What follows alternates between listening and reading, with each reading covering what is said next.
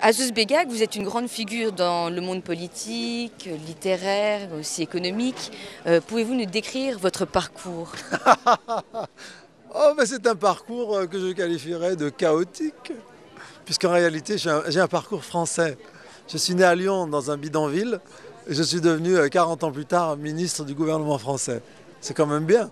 Il faut montrer à quel point l'école de France, les valeurs de la République et puis l'ascenseur social fonctionnait il y a 20, 30 ou 40 ans. Il ne fonctionne plus, mais il a fonctionné.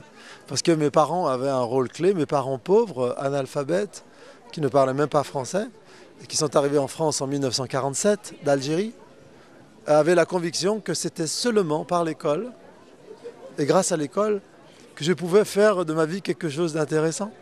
Et à côté, il y avait des profs aussi qui étaient sûrs que c'était l'école qui pouvait me sortir du bidonville.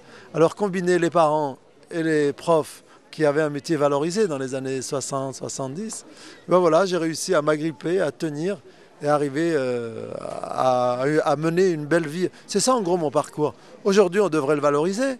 On devrait dire, voilà, c'est ça la France. Vous pouvez habiter dans des conditions très pauvres, dans le milieu rural ou dans un bidonville ou en banlieue.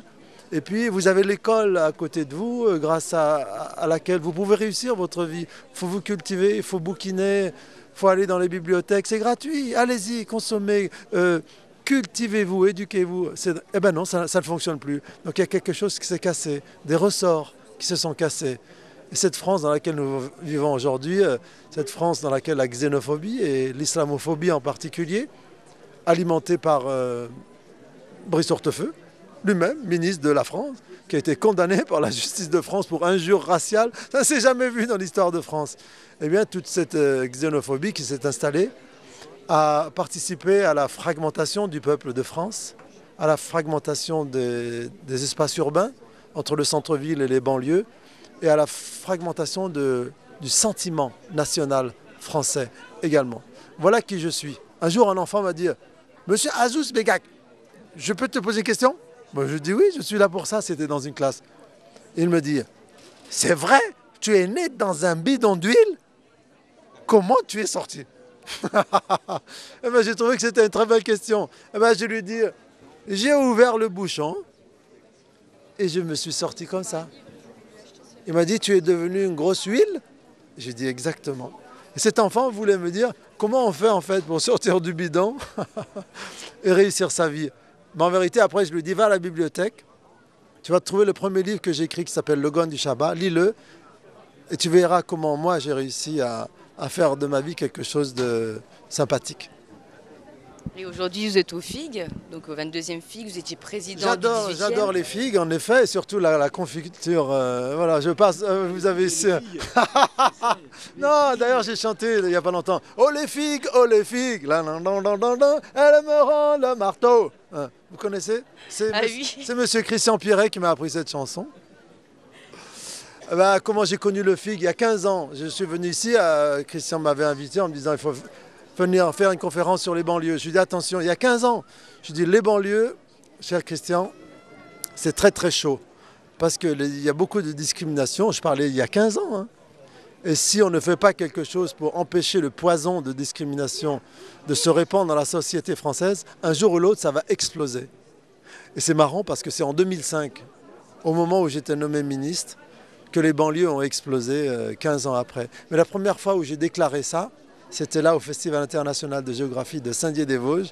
Et je me souviens très bien que Christian Pierret avait pris la parole après moi en disant il ne faut pas être pessimiste, ça ne sert à rien d'être pessimiste parce qu'il faut aux Français donner des moyens de lutter contre le pessimisme. Il y a 15 ans, hein, contre la sinistrose et trouver des réponses. Eh bien non, on n'a rien trouvé.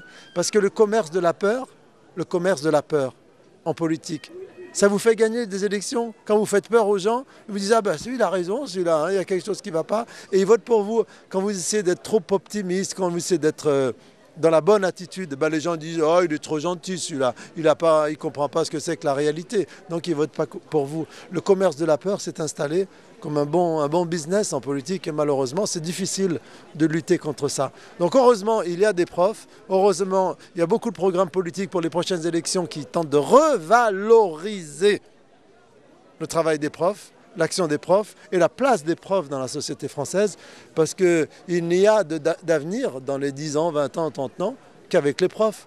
Si on est dans une société où le prof est le premier bafoué, en termes de salaire par exemple, n'importe quel enfant dans un quartier de banlieue peut vous dire ouais, mon professeur il gagne 1500 € par mois, ça fait 20 ans qu'il est professeur, alors qu'il connaît un footballeur qui gagne 1500 € par heure. Eh ben, le petit veut faire footballeur, il ne veut pas faire professeur. Hein. Voilà, revaloriser le métier de prof, c'est aussi simple que ça. C'est essayer de remettre au centre du système français le prof, les éducateurs, ceux qu'on n'a jamais oubliés, les profs et les maîtresses maternelles que nous, chacun de nous, n'avons jamais oublié. Eh bien, essayons de faire en sorte que chaque enfant de France qui n'oublie jamais son prof quand il a 70, 80 ans, eh bien, ce soit encore la règle aujourd'hui. Ça va être dur, mais nous y arrivera, comme dit mon cousin Rachid. Je dis à chaque fois, on dit nous y arriverons. Parce que la maîtrise de la langue française, c'est quand même le b.a.-ba de l'intégration dans la société française. N'ai-je point raison ? Justement, vous parlez de sentiment national, intégration, et puis c'est le thème de votre conférence que vous allez animer. Ouais. Est-ce que vous pouvez nous expliquer les grandes lignes de cette conférence, justement? Le commerce de la peur dont je vous parle, c'est celui-là. Je veux dire qu'il faut arrêter, parce que ça va éclater, ça va faire du mal entre les uns et les autres. Essayer à tout prix de cliver, de diviser les Français pour régner, ça a marché en 2007, mais ça ne marchera plus maintenant, parce que ça devient extrêmement dangereux maintenant. Et puis, il y a beaucoup de gens aussi qui, à force d'avoir été exclus de la société, d'avoir vécu dans des ghettos banlieues, eh ben, ne veulent plus se revendiquer du sentiment national. Tiens, par exemple, j'ai vu un match de football il y a 2-3 jours, la France contre l'Albanie. Eh ben, au moment où l'orchestre jouait l'hymne national de l'Albanie, tous les joueurs chantaient l'hymne national, et chez les Français, il n'y en avait pas. Alors je me dis, soit ils ne le connaissent pas, soit ils n'ont pas envie, soit ça...